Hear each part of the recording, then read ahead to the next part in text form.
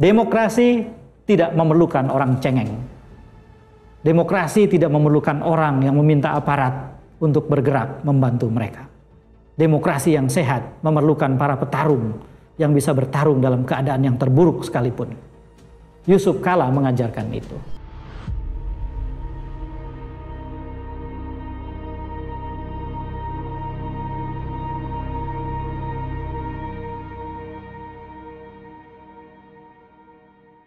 Assalamualaikum warahmatullahi wabarakatuh. Jumpa kembali dalam Keep Talking atau Kang EF Bicara. Kali ini saya ingin berbicara tentang Yusuf Kala. Satu orang yang pasti dikenal di Indonesia. Yusuf Kala saya bicarakan bukan sebagai kandidat. Karena kali ini Pak Yusuf Kala atau Pak JK tidak menjadi kandidat. Termasuk kandidat dalam kontestasi apapun di pemilu 2024. Saya bicara tentang Pak JK karena menurut saya setiap kontestasi berlangsung di Indonesia, maka ada baiknya kita bicara tentang orang-orang yang bertarung dengan gigih seperti Pak JK. Inilah yang ingin saya ceritakan sehingga barangkali bisa jadi pembelajaran buat siapapun, termasuk untuk saya. Saya ingin mulai saudara-saudara cerita ini dari satu peristiwa yang tampaknya tidak banyak orang yang tahu. Pak JK hampir meninggal dunia dalam pemilu 2014. Saya boleh katakan begitu dan rasanya saya tidak lebay mengatakannya. Ini terjadi ketika debat calon wakil presiden berlangsung pada saat itu. Kalau saya tidak keliru, itu adalah debat keempat dari seluruh rangkaian debat. Pada saat debat calon wakil presiden hendak berlangsung, persiapan dibuat di Jalan Brawijaya di rumah putranya Pak JK. Persiapan debat sebetulnya hanya diskusi tipis tentang beberapa isu karena kami tahu persis bahwa Pak JK siap untuk berdebat. Lalu kemudian pukul 11 persiapan selesai. Sore hari saya membaca berita online yang menceritakan bahwa ada dokter dan perawat yang diundang datang ke rumah Pak JK. Saya sendiri sudah tidak di sana. Lalu kemudian saya biarkan berita itu sambil dilanda kecemasan sampai akhirnya saya bertemu dengan Pak JK dan Bu Mufidah di ruang transit untuk kandidat dan tim khususnya, tim terbatasnya di tempat debat di Bidakara. Tahulah saya bahwa ternyata Pak JK sakit serius.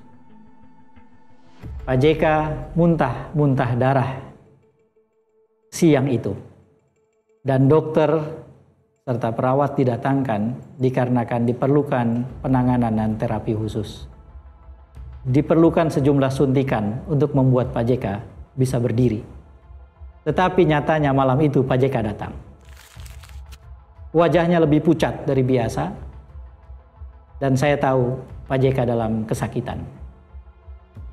Permintaan Pak JK pada saya yang kebetulan sedang menjadi konsultan Jokowi JK pada saat itu adalah ia tidak ingin pada saat jeda dari satu segmen ke segmen yang lain ada diskusi atau pembahasan tentang materi debat. Pak JK meminta dua cucunya saja didatangkan ke ruang tempat istirahat untuk kandidat dan timnya. Itulah yang terjadi. Saya kemudian melihat Pak JK dari layar televisi sepanjang debat. Banyak sekali, sering sekali menggigit bibirnya. Ketika saya tanyakan pada saat istirahat, Pak JK mengatakan, saya menahan muntah. Terbayang oleh saya bahwa kalau saja muntah, maka yang keluar adalah darah. Dan bayangkan dampaknya terhadap keseluruhan panggung debat dan pemilihan presiden 2014. Cerita saya persingkat, akhirnya selepas debat, Pak JK harus segera dibawa ke rumah sakit dan ditangani serius. Dibawa ke satu rumah sakit yang terdekat sebetulnya dan kebetulan dimiliki kerabat Pak JK, tetapi di situ ada tokoh politik pengusung kandidat yang lain sedang dirawat. Tak bisa. Mau dibawa ke satu rumah sakit besar di pusat kota, di sana ada cucu tokoh politik pengusung partai yang lain sedang dirawat. Maka Pak JK dibawa ke satu rumah sakit di Menteng. Lalu yang terjadi adalah sejarah yang amat sangat bergerak cepat dan mencemaskan. Berliter-liter darah dikeluarkan dari perut Pak JK. Dan saya sebagai orang yang kebetulan diberi akses untuk mendengar langsung penjelasan dokter bersama keluarga, mendengar langsung bagaimana dokter bercerita tentang masalah kesehatan Pak JK. Lebih dari 90% pembuluh darahnya dari tenggorokan hingga ke lambung pecah. Menurut logika kesehatan biasa, itu harusnya terjadi dalam waktu yang panjang, dalam proses yang simptomnya Pak JK ketahui dan rasakan. Tetapi yang terjadi adalah semuanya sebegitu mendadak. Akhirnya Pak JK ditangani segera dengan standar medis terbaik yang bisa diberikan. Cerita ini harus saya perpendek lagi karena besok harinya pagi-pagi tiba-tiba beredar berita bahwa Pak Prabowo Subianto akan menjenguk ke rumah sakit. Jika ini bukan sedang di tengah kontestasi, tentu saja ini jengukan biasa dan peristiwa itu peristiwa biasa. Tetapi tentu tak bisa dipahami seperti itu ketika terjadi di tengah kompetisi yang sangat sengit saat itu. Apa yang terjadi? Pak JK memutuskan bahwa ia harus keluar dari rumah sakit. Ditentang habis-habisan oleh dokter, tetapi lewat satu prosedur yang tentu saja legal, yang tentu saja melibatkan keluarga, akhirnya Pak JK pagi itu diizinkan keluar dalam keadaan yang tidak baik. Tetapi di rumah Pak JK, di kamarnya, disediakan semua perlengkapan medis sehingga kamar itu disulap menjadi kamar ICU. Itulah sejarah yang banyak tidak diketahui orang dalam Pilpres 2014. Pak JK memaksakan diri keluar dari rumah sakit, berdiri, berjalan menuju kendaraan, sempat kepergok beberapa kamera person dari beberapa stasiun TV yang tidak berhasil diamankan, ditarik ke tempat lain, baik oleh Andi Wijoyanto ke Menteng ataupun Yudi Krisnandi ke Brawijaya. Akhirnya saya kira sejarah sudah mencatat lewat gambar yang bergerak. Pak JK membuat pernyataan seolah-olah tidak apa-apa, baik-baik saja. Pak JK pulang dan dirawat intensif di rumahnya. Ini pengalaman yang kelam bagi saya dalam Pilpres 2014 ketika emosi saya diaduk-aduk pada saat itu. Tetapi saya menyaksikan satu hal, seorang petarung bernama Yusuf Kalla. Ia tidak menyerah dalam keadaan yang sungguh gampang membuat orang menyerah. Bahkan orang yang sangat kuat sekalipun. Ia tetap mempertahankan diri menjadi kontestan dan berlaku selayaknya seorang petarung. Dan kemudian hingga akhirnya dia bertarung bersama Jokowi. Kemenangan Jokowi JK tidak lepas dari peristiwa itu. Dan saya sendiri menyimpan memori tentang itu dengan rasa yang beraduk-aduk. Satu hal yang ingin saya catatkan saudara-saudara adalah demokrasi tidak memerlukan orang cengeng. Demokrasi tidak memerlukan orang yang ingin menang dengan fasilitas. Demokrasi tidak memerlukan orang yang meminta aparat untuk bergerak membantu mereka. Demokrasi yang sehat memerlukan para petarung yang bisa bertarung dalam keadaan yang terburuk sekalipun. Yusuf Kalla mengajarkan itu. Lalu kemudian ketika menjadi wakil presiden, saya juga senang melihat Pak JK bergerak dengan sangat cepat. Dan sebetulnya itu mengulang apa yang Pak JK perlihatkan pada saat menjadi wakil presiden pertama kali bersama Pak SBY. Sampai ada orang yang mengatakan the real president. Sekalipun saya tentu saja tidak bersepakat tentang itu sepenuhnya. Karena Pak SBY pun menjalankan fungsinya dengan baik pada saat itu. Bahwasanya Pak JK cepat dan sigap tidak bisa terhindarkan. Saya waktu itu menulis dan merumuskannya sebagai kalamatika, matematika Yusuf Kalla. Salah satu kelebihan JK adalah seringkali berhasil menyederhanakan masalah dan mengambil dan menentukan jalan keluar cepat dengan sederhana pula. Ketika itu dikerjakan dengan konsisten, maka masalah yang berat pun bisa teratasi.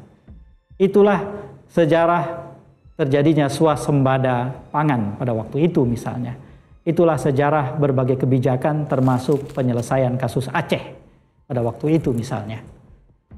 Jadi kalamatika adalah perhitungan cepat, penggunaan secara cepat dan sigap, lalu kemudian bekerja sesederhana mungkin, secepat mungkin.